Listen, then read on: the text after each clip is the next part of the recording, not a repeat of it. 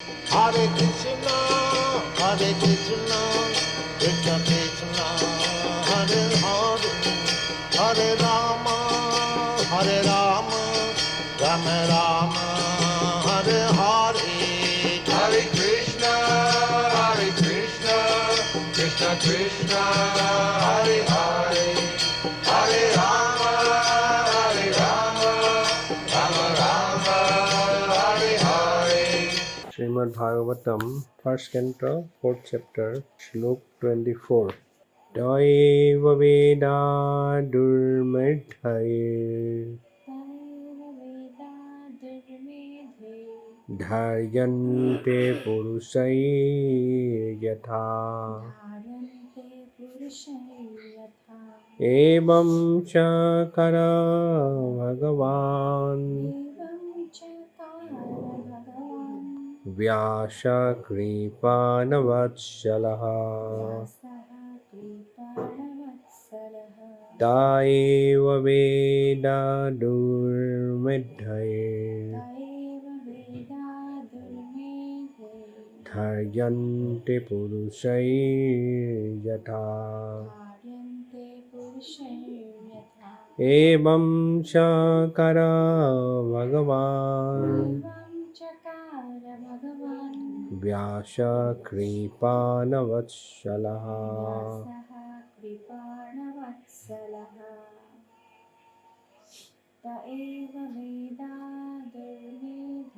Daiva Veda Durmedhair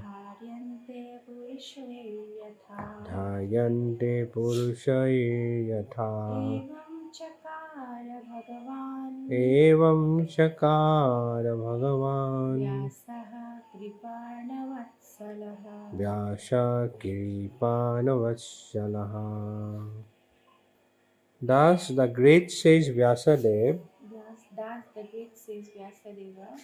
who is very kind to the ignorant masses, edited the Vedas so they might be assimilated by less intellectual man. অনুবাদ, এইভাবে অজ্ঞানীদের প্রতি অত্যন্ত কৃপালু মহর্ষি বেদব্যাস বেদ সংকলন করেন, যাতে অল্প বুদ্ধিসম্পন্ন মানুষেরা তা হৃদয়ঙ্গম করতে পারে। তারপর প্রভুপাদের তাৎপর্য, The Veda is one, and the reasons for its divisions in many parts are explained herewith.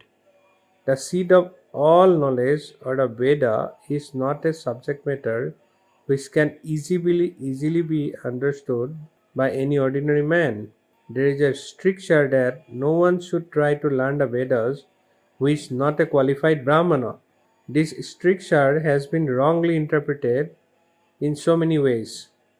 A class of men who claim Brahmanical qualification simply by their birthright in the family of a Brahmana claim that the study of the Vedas is a monopoly of the Brahmana caste only. Another section of the people take this as an injustice to members of other castes who do not happen to take birth in a Brahmana family, but both of them are misguided. The Vedas are subjects which had to be explained even to Brahmaji by Supreme Lord. Therefore, the subject matter is understood by persons with exceptional qualities of goodness. Persons who are in the moods of passion and ignorance are unable to understand the subject matter of the Vedas. The ultimate goal of Vedic knowledge is Sri Krishna, the personality of Godhead. This personality is very rarely understood by those who are in the moods of passion and ignorance. In the Satya Yuga, everyone was situated in the mood of goodness.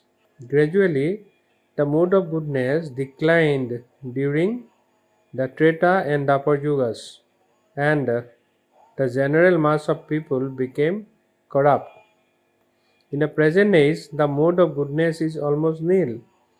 And so, for the general mass of people, the kind-hearted, powerful sage Srila Vyasadeva divided the Vedas in various ways so that they may be practically followed by less intelligent persons in the moods of passion and ignorance. It is explained in the next shloka as follows.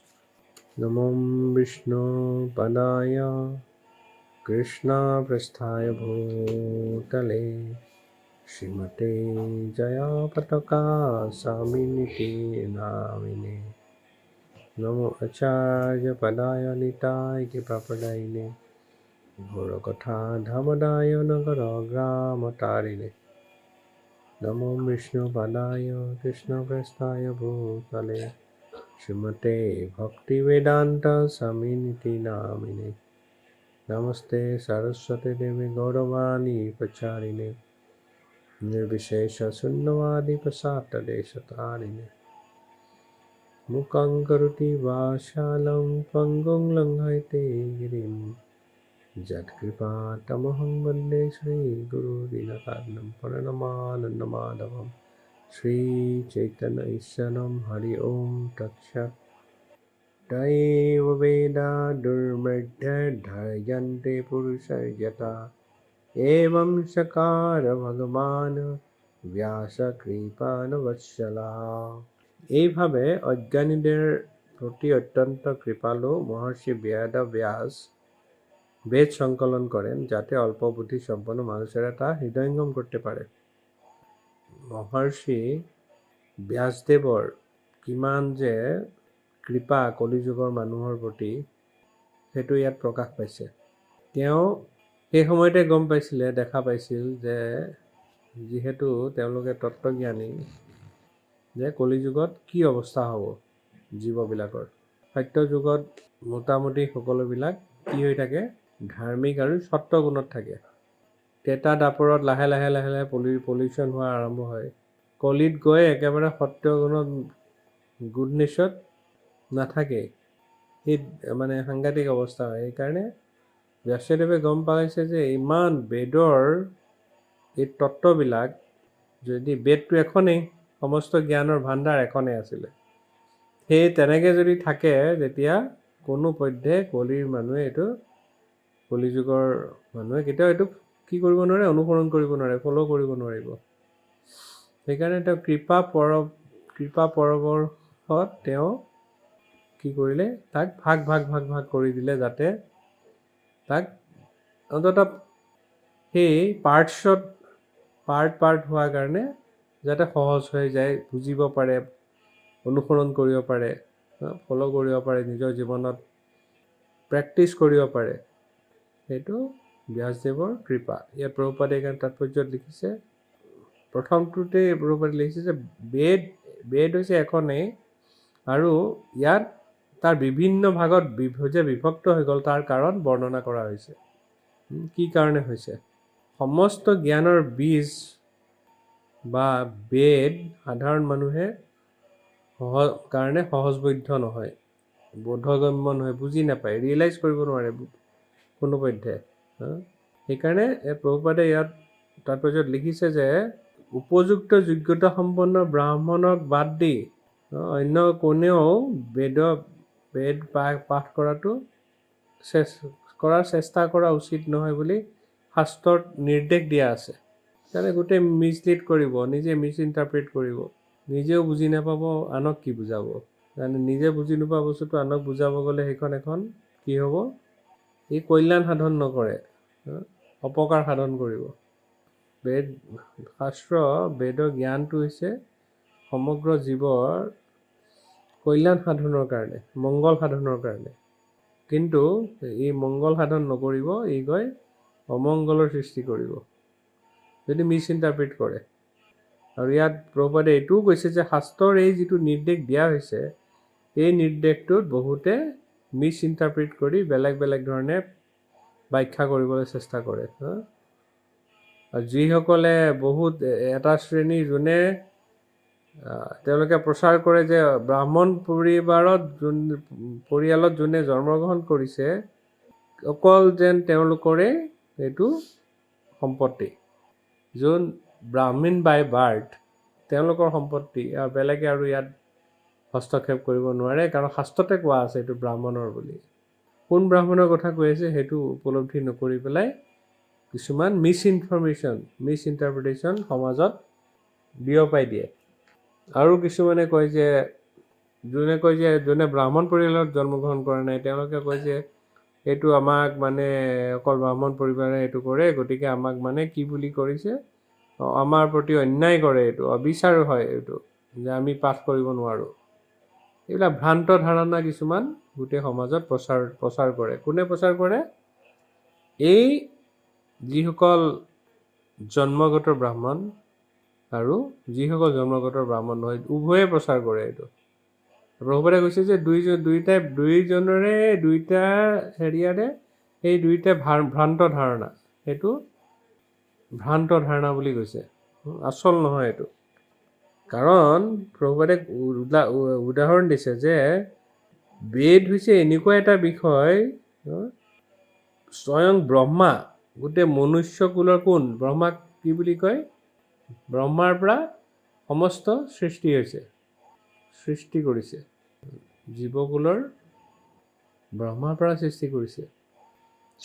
আৰু সেই ব্ৰহ্মা, স্বয়ং ব্ৰহ্মাই এই বেদৰ একো বুজিব নোৱাৰি ভগৱানৰ শৰণাপন্ন হয়, ভগৱানৰ পৰা জ্ঞান উপলব্ধি কৰিব লগা হয়, বুজিব নোৱাৰে, ইমান কঠিন মানে।